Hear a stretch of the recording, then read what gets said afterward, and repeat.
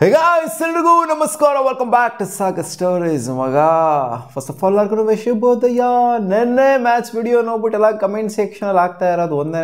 ನಾನು match ಗೆದ್ದಿರೋ heat of the ಮೂಮೆಂಟಲ್ಲಿ ಮಾಡಿರೋಂಥ ವಿಡಿಯೋ ಅದು ಕಾಮೆಂಟ್ ಸೆಕ್ಷನಲ್ಲೆಲ್ಲ ಮೋಸ ಆಗೋಗ್ಬಿಟ್ಟೈತೆ ಗುರು, ಬೆಂಗಳೂರು ಬುಲ್ಸ್ಗೆ ದೊಡ್ಡ ಮೋಸ ಆಗೈತೆ. ನೀ ಏನು ಗುರು ಹಿಂಗೆ ಹೇಳ್ತಿದ್ಯಾ? ಅಲ್ಲಿ ಬಿಗ್ಗೆಸ್ಟ್ ಮೋಸ ಆಗಿದೆ ಅಲ್ಲಿ. ಅವನಜ್ಜಿ ಲಾಸ್ಟ್ ಮೂಮೆಂಟಿಗೆ ನೋಡ್ಕೊಳ್ಳೋದು ಬೇಡವಲ್ಲ, ಅಂಪೈರ್ಗಳೆಲ್ಲ ಏನು ಮ್ಯಾಚ್ ರೆಫ್ರಿಗಳೆಲ್ಲ ಏನು ಕೀಳಾಗ್ತಾ ಇರೋದಲ್ಲಿ ಅವನಜ್ಜಿ ಅದು ಇದು ಅಂತೆಲ್ಲ ಮ್ಯಾಚ್ ರೆಫ್ರಿಗಳಿಗೆ ಫುಲ್ಲು ಕ್ಲಾಸ್ ತಗೊಂಡ್ಬಿಟ್ಟು ಬೈತಾ ಇದ್ದೀರಾ. ಹೌದು ಗುರು, ಮೋಸ ಆಗಿದೆಯಾ ಅಂತ ಕೇಳಿದ್ರೆ ನೆನ್ನೆ ನಾನು ಮ್ಯಾಚ್ ನೋಡಿದಾಗ ಗೊತ್ತಾಗಲಿಲ್ಲ, ಒಂದು ಮೂಮೆಂಟಲ್ಲಿ ಗೊತ್ತಾಗಲಿಲ್ಲ ನನಗೆ. ಪಟ್ಟನಾಗಿ ವಿಡಿಯೋ ಮಾಡೋಕೆ ಬಂದ್ಬಿಟ್ಟೆ ಸೋತ್ರ ಬಿಡೋ ಅಂತ ಅನ್ಕೊಂಡು. ಆಮೇಲೆ ಇನ್ಸ್ಟಾದಲ್ಲಿ ಎಲ್ಲ ರೀಲ್ಸ್ಗಳೆಲ್ಲ ಟ್ರೆಂಡ್ ಆಗ್ತಿರೋದು ನೋಡ್ಬಿಟ್ಟು ಏನು ಗುರು ಆಗೈತಿದು, ಲಾಸ್ಟ್ ಮೂಮೆಂಟಿಗೆ ಈ ಥರನೂ ಆಯ್ತಾ ಇದು, ಹೀಟ್ ಆಫ್ ದ ಮೂಮೆಂಟಲ್ಲಿ ನನಗೆ ಗೊತ್ತಾಗ್ಲಿಲ್ವಲ್ಲ ಅಂತ. ಹೌದು, ಅಂಪೈರ್ಸ್ಗಳಿಗೂ ತಪ್ಪು ಅಂತ ಹೇಳೋದಕ್ಕಾಗೋದಿಲ್ಲ. ಹೌದು, ಅಲ್ಲಿ ಆಕ್ಟಿವ್ ಆಗಿರ್ಬೇಕಾಗುತ್ತೆ, ಪ್ಲೇಯರ್ಸ್ಗಳು ಆಕ್ಟಿವ್ ಆಗಿರ್ಬೇಕಾಗುತ್ತೆ. ಈ ಕಡೆ ನಮ್ಮ ಇಂಡಲ್ಲಿ ಇದ್ದಂಥ ಪ್ಲೇಯರ್ಸ್ಗಳು, ನಮ್ಮ ಬೆಂಗಳೂರು ಬುಲ್ಸ್ ಪ್ಲೇಯರ್ಸ್ಗಳು ಅಲ್ಲಿ ಟಚ್ ಆಯ್ತಾ ಟಚ್ ಆಗಿಲ್ವ ಅಂತ ಅವ್ರಲ್ಲಿ ಕೇಳಬೇಕಾಗತ್ತೆ ಆ ಮೂಮೆಂಟಲ್ಲಿ. ಹೌದು, ರಿವ್ಯೂ ಇಲ್ಲ ಅಂತಂದ್ರೂ ಕೂಡ ವೆರಿಫೈ ಮಾಡೋದ್ರಲ್ಲಿ ಏನು ತಪ್ಪೇನಿಲ್ಲ, ಅಲ್ಲಿ ಟಚ್ ಆಯ್ತಾ ಆಗಿಲ್ವಾ ಅಂತ. ಬಟ್ ಅವ್ರು ತಳ್ಳೇ ಬಿಟ್ರು, ಅಲ್ಲಿರೋ ಜನ ತಳ್ಳೇ ಬಿಟ್ರು. ಔಟ್ ಆದ ನಂತರ ತಳ್ಳೇ ಬಿಟ್ಟಿದ್ರು ಕೋರ್ಟ್ ಒಳಗಡೆ. ಯಾವ ಥರ ಡಿಸಿಷನ್ ಮಾಡೋರು? ಇಲ್ಲಿ ರಿಯಲ್ ಟೈಮಲ್ಲಿ ಆಕ್ಟಿವ್ ಆಗಿರ್ಬೇಕಾಗತ್ತೆ ಅಂಪೈರ್ಗಳು. ಮಿಡ್ ನೈನ್ ಟಚ್ ಆಯ್ತಾ ಟಚ್ ಆಗಿಲ್ವಾ ಅಂತ ಅವಾಗ ವಿಜಿಲ್ ಹೊಡೆದ್ಬಿಟ್ಟು ಕರಿಬೇಕಾಗತ್ತೆ ಆ ಪ್ಲೇಯರ್ನ. ಸೊ ಇದನ್ನು ಮಾಡಲಿಲ್ಲ ಅಂಪೈರಲ್ಲಿ. ತಳ್ಳಾದ್ಮೇಲೆ ಕರಿಯಂಗೆಲ್ಲ ಇಲ್ಲ, ಅಲ್ಲಿ ಕರಿಯೋಕ್ಕಾಗೋದು ಇಲ್ಲ. ತಳ್ಳೋ ಆಪರ್ಚುನಿಟಿನ ಕೊಡಬಾರ್ದಲ್ಲಿ. ಮಿಡ್ ಲೈನ್ ಟಚ್ ಆದ, ಕ್ರಾಸ್ ಆದ ನಂತರ. ಹೌದು, ಕ್ರಾಸ್ ಆಯ್ತಾ, ಆ ಪ್ಲೇಯರ್ ನಂಬರ್ 2 ಡಿಫೆಂಡರ್ ಏನಿದ್ರು ಎಂಥ ಮೊಮೆಂಟಿಗೆ ಇರೋದು, ಎಂಥ ಟೈಮ್ ಅದು. 2 ಪಾಯಿಂಟ್ನ ತೊಗೊಂಬರ್ಬೇಕಾಗಿರುತ್ತೆ. 1 ಪಾಯಿಂಟ್ ಅವ್ರನ್ನೇ ಡಿಫೆಂಡ್ ಮಾಡಿಕೊಂಡು ಹೋಗು ಅಂತ ಕಳಿಸ್ತಾ ಇರ್ತಾರೆ. ತಳ್ಳೋದಕ್ಕೆ ಅಂತ ಬರ್ತಾರೆ, 1 ಪಾಯಿಂಟ್ ಸಾಕು, ನಾವು 1 ಪಾಯಿಂಟಿಂದ ಗೆಲ್ತೀವಿ ಅಂತ. ಅಲಿರಜ್ ಅವ್ರು ನುಗ್ಗಕ್ಕೆ ಅಂತ ಹೋಗ್ತಾರೆ, ಟೈ ಬ್ರೇಕರಲ್ಲಿ ಅದನ್ನು ಈ ಥರ ನೋಡಿದ್ದೀವಿ ಆಗಿರೋದ. ನುಗ್ಬಿಟ್ಟು ಪಾಯಿಂಟ್ ಎತ್ಕೊಂಡ್ಬಂದಿದ್ದು ಕೂಡ ಟೈ ಬ್ರೇಕರ್ಲ್ಲಿ ಅವ್ರು ನೋಡಿದ್ದೀವಿ. ಸೊ ಅದೇ ಥರನೇ ಆಗ್ತಾ ಇತ್ತು ಸೀನು. ಮಿಡ್ ಲೈನ್ನ ಕ್ರಾಸ್ ಮಾಡಿದರೆ ಆ ಪ್ಲೇಯರ್ ನಂಬರ್ 2 ಡಿಫೆಂಡರು ನಮ್ಮ ಅಲಿರಜಾ ಮಿಡ್ ಲೈನ್ನ ತುಳಿದಿದ್ದಾರೆ, ಇವರು ಮಿಡ್ ಲೈನ್ನ ಕ್ರಾಸ್ ಮಾಡಿದ್ದಾರೆ. ತುಳಿಯೋದಕ್ಕೂ ಕ್ರಾಸ್ ಮಾಡೋದಕ್ಕೂ ಡಿಫ್ರೆನ್ಸ್ ಇದೆ. ತುಳಿದ್ರೆ ಕ್ರಾಸ್ ಮಾಡಿದ್ರು ಅಂತ ಅನ್ಸ್ಕೊಳ್ಳೋದಿಲ್ಲ, ಕ್ರಾಸ್ ಮಾಡಿದ್ರೆ ಮಾತ್ರ ಕ್ರಾಸ್ ಮಾಡಿದ್ರು ಅಂತ ಅಂದರೆ ಆ ಕೋಟಿಗೆ ಹೋದ್ರು ಅಂತ. ಇಲ್ಲಿ ಅಲಿರಜಾ ಅವ್ರು ತುಳಿದಿದ್ದಾರೆ ಅಷ್ಟೇ. ಇವಾಗ ಸ್ವಲ್ಪ ಜನ ಅಲಿರಜಾ ಅವ್ರು ತುಳಿದ್ಬಿಟ್ಟಿದ್ದಾರೆ, ಹಂಗೆ ಈಗ ಅಲಿರಜಾನ ಒಳಗಡೆ ಬಂದಿದ್ದಾರೆ ಅಂತ ಹೇಳ್ಬೋದು. ಅಲಿರಜಾ ತುಳಿದಿದ್ದಾರೆ ಅಷ್ಟೇ, ಕ್ರಾಸ್ ಮಾಡಿಲ್ಲ. ಇವರು ಕ್ರಾಸ್ ಮಾಡಿದ್ರೆ ಕ್ಲಿಯರಾಗಿ ಕಾಣಿಸ್ತಾ ಇದೆ. ಆ ಒಂದು ಬೆರಳೇನಿದೆ, ಬೆರಳು ಕ್ರಾಸ್ ಆಗಿದೆ.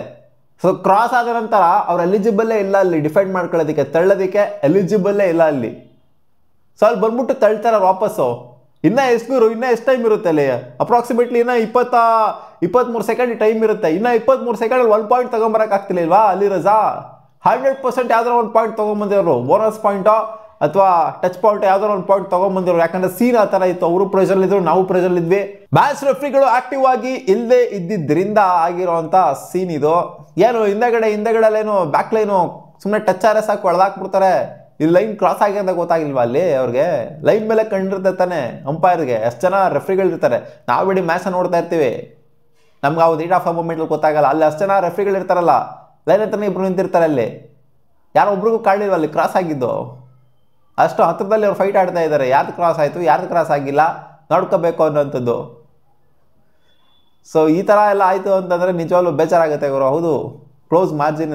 ನೆನ್ನೆ ನಾನು ಸೋತ್ರು ಅಂತ ಅನ್ಕೊಂಡ್ರೆ, ಬಟ್ ಈ ಥರ ಸೋತಿದ್ದಾರೆ ಅವರು. ಕ್ರಾಸ್ ಮಾಡಿದ್ದಾರೆ, ಕ್ರಾಸ್ ಮಾಡೋನು ಕೂಡ ಡಿಫೆಂಡ್ ಮಾಡ್ಕೊಂಡಿದ್ದಾರೆ, ತಳ್ಳಿದ್ದಾರೆ ಅಲ್ಲಿರಜನ. ಸೊ ಇದು ಮೋಸನೇ ಆ್ಯಕ್ಚುಲಿ. ತಿರ್ಗಾ ಟೈ ಬ್ರೇಕರ್ ಬಂದಿರೋರು, ತಿರ್ಗಾ ಟೈ ಆಗಿರೋದು ಮ್ಯಾಚಲ್ಲಿ. ನಾವು 2 ಪಾಯಿಂಟ್ ತೊಗೊಂಬಂದಿತ್ತು ಅಂತಂದಿದ್ರಲ್ಲಿ 1 ಪಾಯಿಂಟ್ ಹೆಂಗಿದ್ರು ಸಿಕ್ಕಿತ್ತು, ಇನ್ನೊಂದು ಪಾಯಿಂಟ್ ಸಿಕ್ಕಿತ್ತು ಅಂದರೆ ತಿರ್ಗಾ ಟೈ ಆಗಿರೋದು, ತಿರ್ಗಾ ಆಡಬೇಕಾಗಿತ್ತು ನಾವಲ್ಲಿ. ಸೊ ನಿಮ್ಗೇನು ಅನಿಸ್ತು ಮ್ಯಾಮ್ ನೆನ್ನೆ ಮ್ಯಾಚು ಈ ಥರ ಆಗಿದ್ದು? ಈ ಅಂಪೈರ್ಸ್ಗಳು, ಮ್ಯಾಚ್ ರೆಫ್ರಿಗಳು ಮೋಸ ಮಾಡಿದ್ರು ಅಂತಲ್ಲ, ಒಟ್ನಲ್ಲಿ ಮೋಸ ನಮ್ಮ ಬೆಂಗಳೂರು ಬುಲ್ಸ್ಗಾಗಿದೆ.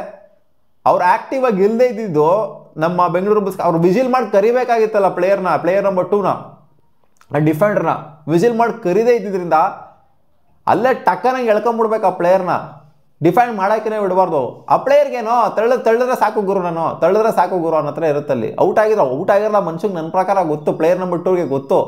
ತಳ್ಬಿಡೋಣ ಅಂತ ತಳ್ಳಿದ್ದದು. ಯಾಕಂದರೆ ತಳ್ಳಿದ್ರೆ ರೇಡು ಕ್ಯಾನ್ಸಲ್ ಆಗುತ್ತೆ. ನನ್ನನ್ನು ಏನು ಮಾಡ್ತಾರೆ? ಏನೂ ಮಾಡಲ್ಲ ಅಲ್ವಾ? ಅಲ್ಲಿ ಅವ್ರು ಕ್ರಾಸ್ ಆಗಿದ ತಕ್ಷಣ ವಿಸಿಲ್ ಬರಬೇಕದು, ಬಾಗುರು ಈಚೆ ಅಂತ. ಬಿಡಿ, ಏನೋ ಆಗಿದೆ, ಹ್ಯೂಮನ್ ಎರರು. ಏನು ಇದೊಂದು ಫಸ್ಟ್ ಟೈಮ್ ಆಗಿದೆ ಹ್ಯೂಮನ್ ಎರರ್ ಆಗಿರೋದು, ಅಂಪೈರ್ ಎರರ್ ಆಗಿರೋದು. ಸಿಕ್ಕಾಪಟ್ಟೆ ಮ್ಯಾಚ್ಗಳಲ್ಲಾಗಿದೆ, ಅದು ಈ ಮ್ಯಾಚಲ್ಲೂ ಕೂಡ ಆಗಿದೆ. ಬಟ್ ಕ್ರೂಷಿಯಲ್ ಮ್ಯಾಚಲ್ಲಿ, ಕ್ರೂಷಿಯಲ್ ಹಂತದಲ್ಲಿ ಆಯ್ತಲ್ಲ, ಸಿಕ್ಕಾಪಟ್ಟೆ ಆಕ್ಟಿವ್ ಆಗಿರುವಂಥ ಸ್ಟೇಜಲ್ಲಿ ಆಯ್ತಲ್ಲ, ವೆರಿಫೈ ಮಾಡ್ಕೊಂಡ್ರೆ ಆಗುತ್ತೆ ಗುರು. ಇನ್ನೂ ಒಂದ್ಸಲ ಥರ್ಡ್ ಅಂಪೈರಿಗೆ ಹೋಗ್ಬಿಟ್ಟು ಯಾರು ಕ್ಲಾಕ್ ಮಾಡೋರು, ಯಾರು ಕ್ಲಾಕ್ ಮಾಡಿಲ್ಲ ಅಂತ ಇನ್ನೊಂದೆರಡು ಎಕ್ಸ್ಟ್ರಾ ಕೊಟ್ರೆ ಆಗುತ್ತೆ ಅಲ್ಲಿ, ಏನಕ್ಕೆ ತಳ್ದೆ ಗುರು ನೀನು ಅಂತ ಅಲ್ಲಿ. ಆ ಥರ ರೂಲ್ ಇಲ್ವೇನೋ, ಬಟ್ ತಳ್ಳೋದಕ್ಕೇ ಬಿಡಬಾರ್ದು. ಔಟ್ ಆಗಿದ ತಕ್ಷಣ ಎಳ್ಕೊಂಬಿಡ್ಬೇಕಲ್ಲಿ. ಆ್ಯಕ್ಟಿವ್ ಆಗಿ ಇರಬೇಕಾಗಿದ್ದಲ್ಲಿ on field umpire, on court ಅಂಪೈರ್ಗಳು ಅವರಲ್ಲಿ ಆಕ್ಟಿವ್ ಆಗಿರಬೇಕಾಗಿ, ಥರ್ಡ್ ಅಂಪೈರ್ ಅಲ್ಲ. ಥರ್ಡ್ ಅಂಪೈರ್ಗೆ ಹೋಗ್ಲೇಬಾರ್ದಾಗಿತ್ತು ಈ ಮ್ಯಾಟ್ರು. ಏನೋ ಮಾಡೋಕ್ಕಾಗಲ್ಲ, ಒಂದು ಅನ್ಫಾರ್ಚುನೇಟ್ ಮ್ಯಾಚ್ ಅಂತ ಅಂದ್ಕೊಂಡು ಮರ್ತ್ಬಿಡ್ಬೇಕಷ್ಟೇ. ಗೋಯಿಂಗ್ ಫಾರ್ವರ್ಡ್ ಇನ್ನು ಮಿಕ್ಕಿರುವಂಥ ಮ್ಯಾಚ್ಗಳನ್ನ ಸೀರಿಯಸ್ ಆಗಿ ತಗೊಂಡು ಆಡಬೇಕು. ಮತ್ತೆ ಸಿಗೋಣ ಮುಂದಿನ ವಿಡಿಯೋದಲ್ಲಿ ಗಾಯ್ಸ್, ಬಾಯ್.